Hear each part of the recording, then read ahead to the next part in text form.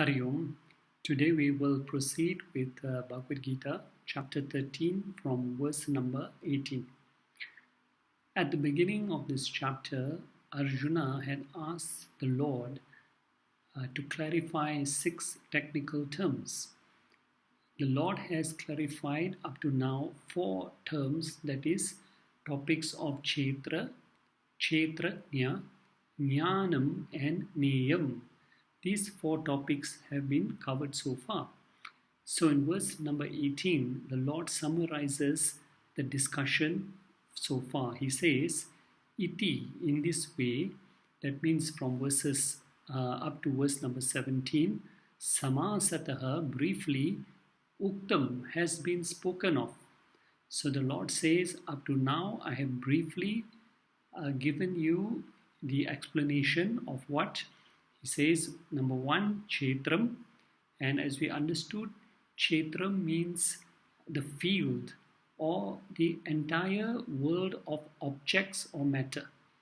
So Ch13 refers to the inert world of matter. And the Lord says, Jnanam, I have also spoken of, by giving the set of virtues which are required in a spiritual seeker. The more of these virtues a spiritual seeker has, it means the mind is more conducive to receive and absorb self-knowledge. This also Krishna has explained. Then Krishna says, I have also explained about Neyam. Neyam means the knowable, which is the goal of every spiritual seeker. Neyam basically means Brahman, to know Brahman, to be one with Brahman. So although Krishna only mentions 3 topics in this verse, he has actually covered 4 topics. The 4th topic that Krishna does not mention is Kshetrajna, knower of the field, as Kshetrajna is the same as Neyam. The knower of the field, Kshetrajna, means consciousness, which is Neyam, which is the goal called Brahman to be known by every spiritual seeker. So the Lord says here, what is the benefit of knowing these 4 aspects? The Lord says, Mad Bhakta, my devotee. So the devotee who, who knows this, who knows about these 4 aspects, the Lord says, Etad, endowed with this knowledge of the 4 topics covered by the Lord, Vijnaya, with discrimination. So contemplation on these 4 topics will lead a person to understand the differences between these 4 components. And then the Lord says, what is the difference with such a kind of knowledge? So if you recall here, the Lord says, such a devotee, Mad Bhavaya, will come to know, will come to experience, or Upapadyate, becomes qualified to know Mad Bhavaya, my nature. So with the knowledge given to us, what is the difference between matter, what is the difference between consciousness, and what are the qualities we need to imbibe in order to understand this knowledge, the Lord says, once we put all this into practice, we will come to know about the Lord's highest nature. That is Satchit Ananda. So that is a very important reason for us to know this knowledge, and therefore it is only through this spiritual knowledge will we eventually attain moksha. So this the Lord has summarized in chapter 13, verse number 18. Now we come to verse number 19, where there are the last 2 topics which Arjuna asked for clarification, that is Purusha and Prakriti. This the Lord will explain what is Purusha, what is Prakriti from verses 19 to 23. Now in chapter 7, Krishna spoke about Para Prakriti or higher Prakriti and Apara Prakriti, which is lower Prakriti. So the difference is the lower Prakriti is also known as Maya with the three gunas. And the higher Prakriti in chapter 13 is known as Ch13, the knower of the field of consciousness. Apara Prakriti, the lower Prakriti in chapter 13 is called Kshetra, or the field of matter. And also in chapter 7, if we go back to chapter 7 verse 6, Krishna said that the whole creation, sentient and insentient, whatever is not moving and whatever is moving, is a combination of these two Prakritis, consciousness and matter. Consciousness is known as Purusha, matter is known as Prakriti. So the entire creation is nothing but a mixture of consciousness and matter, or you can say, if you want to use technical terms, Purusha plus Prakriti. So only there are different technical names. For example, Purusha, consciousness, is also known as Kshetrajna. Matter or Prakriti is also known as Kshetra. So do not get confused with so many terms. Just understand that the whole creation is nothing but matter and consciousness. So now Krishna will explain about these two Vedantic terms, Purusha and Prakriti. Purusha is the changeless principle, and Prakriti, matter, has the three gunas in it, is subject to modification or change. So let us look at what Krishna now says in verse number 19. He says, Arjuna, may you vidhi, may you know, api for certain, ubhav, that both Prakritim cha Purusha, Prakriti matter, cha and Purusha consciousness, they are both, the similarity between these two is that they are both anadi. Anadi means they are without beginning, they are eternal. Why? Because at the beginning of creation, before anything was created, there existed only matter and consciousness. So both are eternal. Prakriti and Purusha, that is the similarity. Prakriti is, you can understand as everything in creation was in a seed form at the beginning of creation. From this seed of Prakriti came the entire creation, which is subtle and which is gross also. So Purusha entered into this creation to enliven the Prakriti, to enliven the whole creation. So this is the relationship, and both are eternal. And the Lord goes on to say in verse number 19, he says, although both Prakriti and Purusha are eternal, yet that is a similarity, yet there is a difference. What is the difference? The Lord says, Cha, and vidhi, know that all vikarams, everything which is subject to modifications, anything gross and subtle, we see the tree is changing every day, we see people changing every day, we see everything change totally around us. These are called vikarams or modifications. So the Lord says the difference between Purusha and Prakriti is that vikarams, all modifications, all the diversity that you see in this creation, Cha, and the gunas, Sattvic, Rajasic, Tamasic gunas, are, where did they come from? Prakriti Sambhavan. They are born out of Prakriti. So it is only Prakriti or matter which contains the three gunas. Purusha, the consciousness, does not contain the three gunas. It is pure. The three gunas are in Prakriti, and as a result, they are the cause of all these modifications we see in the creation, and they are also the cause of diversity in this creation also. So this has to be understood. Similarity is there, but differences between Purusha and Prakriti is there. So there are also other differences if we really want to know between Purusha and Prakriti. What is that?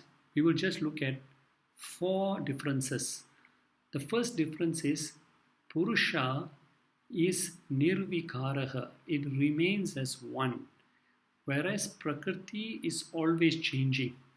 So the Prakriti started with 5 elements. From the 5 elements came the 14 lokas, all these various human forms, animals, insects, etc., all this came from Prakriti. Whereas Purusha remains as one, changeless. Number two, Purusha is Chetana Tattvam, which means it has consciousness. It is alive. It has life in it. Whereas Prakriti is Achetana Tattvam. It is inert matter. 3. Purusha is free from all attributes. Purusha has no form, no color, no shape, no sound. Whereas Prakriti has all the attributes because of the 3 gunas. Number 4, Purusha has got independent existence, whereas Prakriti is dependent on Purusha for its existence. So Prakriti cannot, be active without the presence of Purusha. So just like this body, before this body came into existence, Purusha was there. When this body came into existence, Purusha enlivens this body. And when this body is gone, Purusha still remains. So dependence, Purusha does not depend on Prakriti, but Prakriti depends on Purusha. So these are the common and the differences that Krishna has explained between Purusha and Prakriti in verse number 19. Now he comes to verse number 20 to explain further. He says, Karya. The word Karya here means all the gross bodies. What in Vedantic language is known as Stula Sharira. So all that which is gross in creation, that is called Karya. And the word Karana in this verse 20 refers to all these subtle bodies like the mind, the intellect, etc. So in this matter, there is gross and there is subtle also part of it. And then the Lord says, Karatritve, the agent is Prakriti. So what he means to say is that this Prakriti is Uchate, said to be Hetu, the cause. So this Prakriti or matter is the cause of everything that is gross and everything that is subtle. So what is this body? This body which is gross came from Prakriti. The mind which is subtle, the intellect which is subtle, also came from, which is called a subtle body, also came from Prakriti. So again, we must note that Purusha is not the cause of this creation. All the gross and subtle creation comes from Prakriti. So what does Purusha do? Purusha merely enlivens this body, enlivens the mind, enlivens everything in creation, and it is the weakness. What is the weakness? What does the Purusha witness?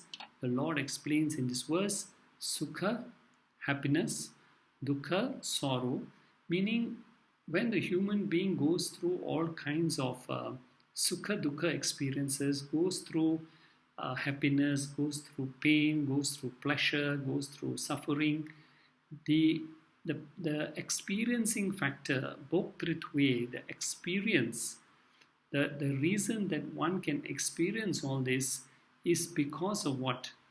Is because of this Purusha.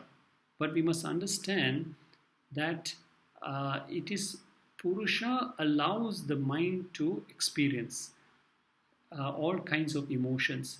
Purusha enlivens the body to experience all kinds of feelings or sensations.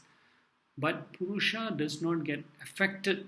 So if the mind is happy, Purusha enlivens the mind to experience happiness. But Purusha does not get carried away by the happy experience. The mind is sad, Purusha enlivens the mind to experience it. But Purusha is not affected by the sorrow of the mind. So this we must very clearly understand, that in the production of the gross and the subtle, the raw material comes from Prakriti, but to experience all the different emotions and changes, Purusha is required to enliven the mind to experience, to enliven the body to experience. But Purusha does not get affected by this changes. So we come to verse number 21 now. In verse number 21, the Lord says, now in the previous verse, Purusha was mentioned as the enlivening experience. In this verse, it will be explained that although Purusha enlivens Prakriti to experience joy, sorrow, etc., Purusha does not get affected. It remains unattached. It remains a sakshi or witness to all the transactions of life. So who gets affected? Prakriti gets attached to all experiences, and a result of this attachment, what happens? Let us see in verse 21. The Lord says, Prakriti, meaning here you can take an example of the body, mind, etc. Okay, which encloses this Purusha. The Purusha is the consciousness in the body. The Lord says, Prakriti bhunte. Okay, Prakriti, which is the what we call the body, example, and the mind. Bhunte experiences. Okay, so the Prakriti experiences because of the Purusha. It is mentioned here. Purusha seated in this body allows the Prakriti to experience. Okay. So bhunte here, the word experience means experience does not mean it does anything, because the Purusha allows, it is a weakness. It does not cause the mind to think. But what is already the nature of the mind? If the mind is rajasic, it will have selfish desires. But in order to experience those selfish desires, it is Purusha that enlivens the mind to experience these selfish desires. So here the Lord says, Purusha, which is seated in Prakriti, experiences the gunas born of Prakriti. So experience again does not mean does not mean that it gets affected, but it allows the body and the mind to experience all this. Okay, so the sakshi or witness, that is Purusha, witnesses all the qualities of the gunas, and it is the gunas that cause the differences, which the Lord says here, Prakriti Jan.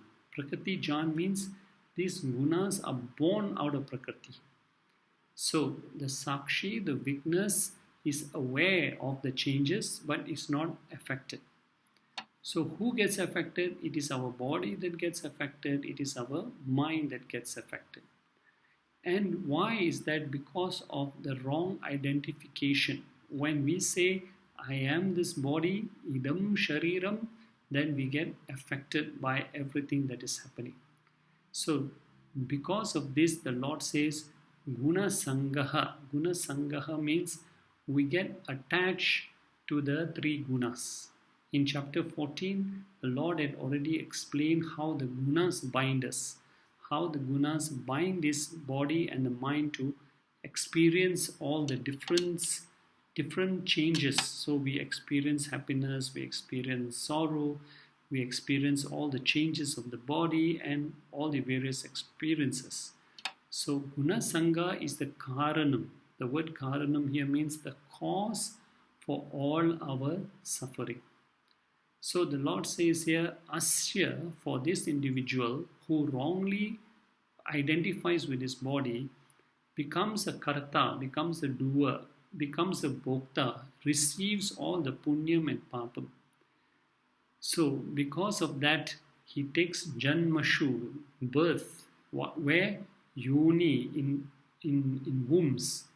So because when we act saying that I am the doer, then we get affected by the karma phalam, and because of the karma phalam, we have to take repeated births again and again. So what type of births do we take? Sat and asat. Sat means we can take good births, so we get the right body, human body, right environments. Or asat means we get a wrong type of birth, we get a lot of suffering in the new birth, a lot of problems are there, etc. So this identification with the action is the cause of our rebirths, and because of that we have to keep on coming back again and again. So what is the what is the path to moksha? The path to moksha is to stop our identification with this body and change our direction and identify ourselves as the higher consciousness. Aham Atma Asmi, Aham Dev, Aham Brahma Asmi. And there is a beautiful allegory given in the Mundaka Upanishads by explaining this, which is called the allegory of the two birds. So in this Mundaka Upanishad, it says on the one tree there are two birds which are sitting. So one is eating the fruits on the tree. It tastes the fruit. So sometimes the fruit is sweet, it enjoys. Sometimes the fruit is bitter, it suffers. The other bird is that which does not eat, but it is looking only upwards only. It does not get entangled. So the tree represents his body. The bird that is eating the fruit represents the false ego that identifies with his body and gets entangled with every transaction of life.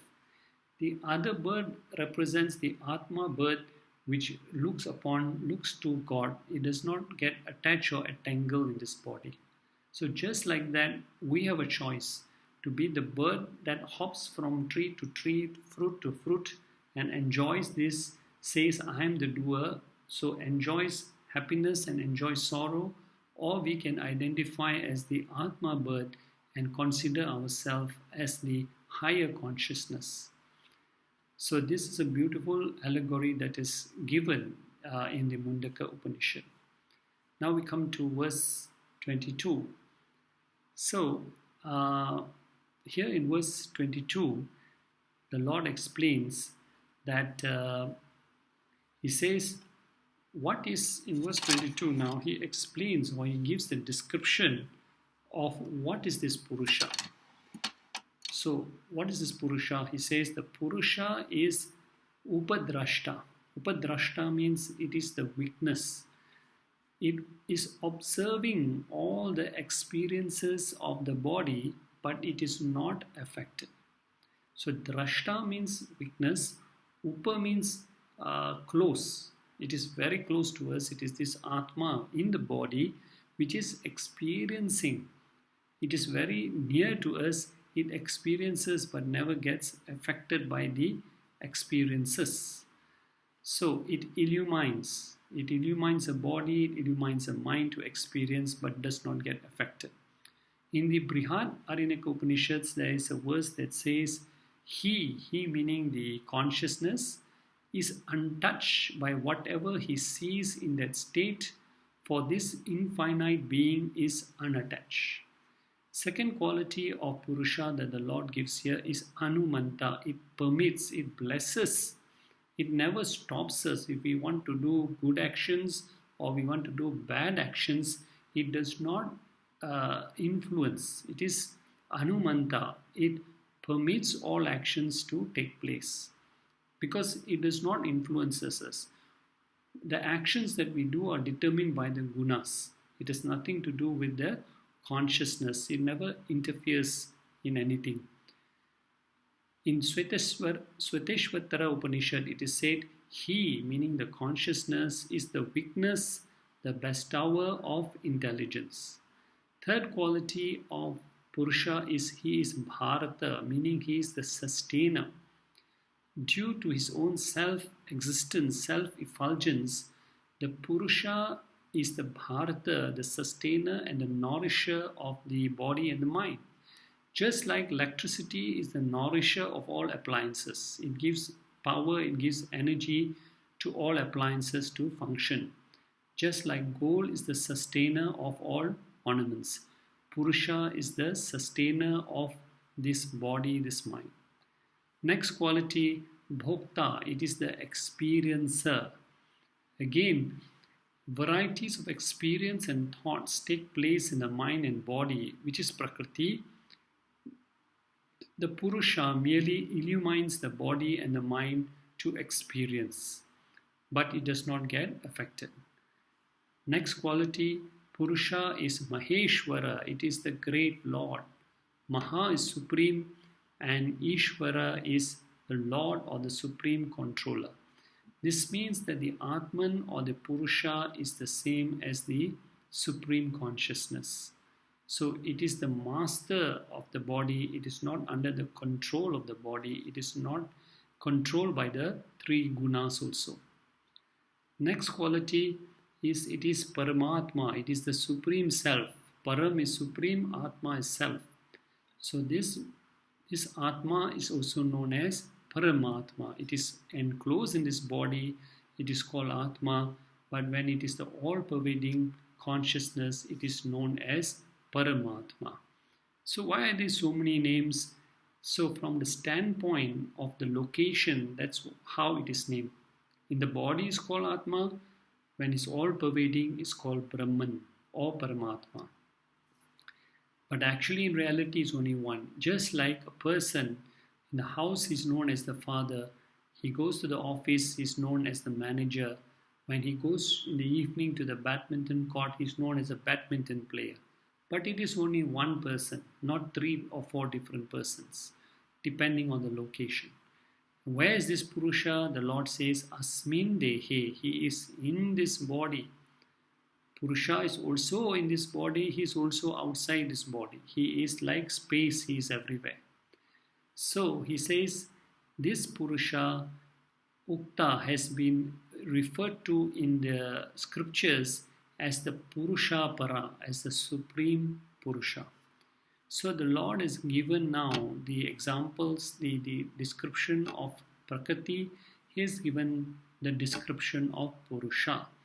And now in verse number 23, he goes on to explain why is it important for a spiritual seeker to know this difference between Purusha and Prakriti.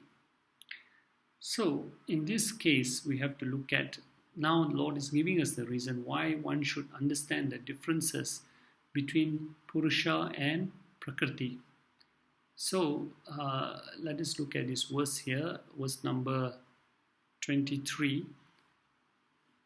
In verse number 23, the Lord explains that Evam Yaha Veti, Evam Tas Yaha, he who Veti knows. What should this spiritual seeker know? Purusha, which is the witness consciousness. He should know that. He should know everything about Purusha. At the same time, Prakriti also, the Lord says he should know what is it that is constantly changing. Saha, along with Gunai, he must have knowledge of the 3 gunas, which cause these modifications in Prakriti. So the Lord says all these 3 is important to know. We should know what is Purusha, the consciousness.